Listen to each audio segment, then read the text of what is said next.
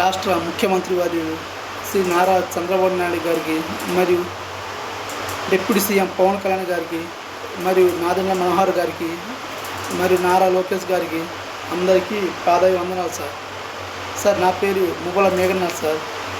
మా సోదరుడు మువ్వల నాగేష్. ఇక్కడ విషయం ఏమిటంటే, అప్పట్లో వైఎస్ఆర్సీపీ పార్టీకి చెందిన మాజీ మంత్రివర్యులు సుధీర్ అప్పలరాజు మాకు అన్యాయం చేశారు సార్. మేము మా తమ్ముడికి ఇంజనీరింగ్ చదవడానికి Sri Shivani college Chilakapalem BTech first year CSC group ఇక్కడ జాయిన్ చేసాం సార్. అక్కడ జాయిన్ అయిన వారానికే హత్య గావించాడు సార్. హత్య గావించిన వెంటనే మేము అప్పలరాజుకి చెప్పి మా తమ్ముడిని న్యాయం చేయడం అంటే అక్కడికి వచ్చి మాట మార్చారు సార్. ఆ దోషులను శిక్షిస్తాను, మీకు న్యాయం చేస్తామనేసి. కానీ ఇప్పటి వరకు ఆ దోషులను శిక్షించలేదు సార్. నాకు న్యాయం చేయలేదు సార్.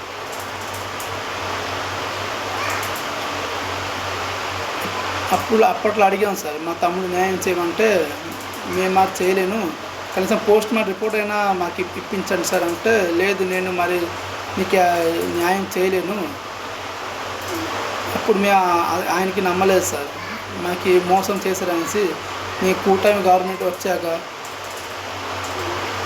మేము మా కేసుని మళ్ళీ రీఓపెన్ చేస్తామనేసి ఆయన చెప్పడం జరిగింది సార్.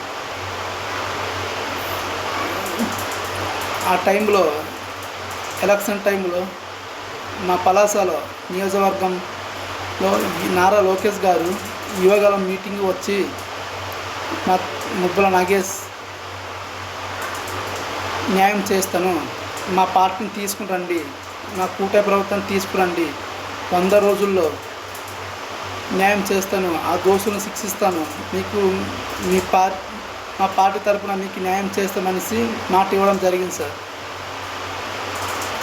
ఆ మాటని నిలబెట్టుకోవాలి సార్ లోకేష్ గారు.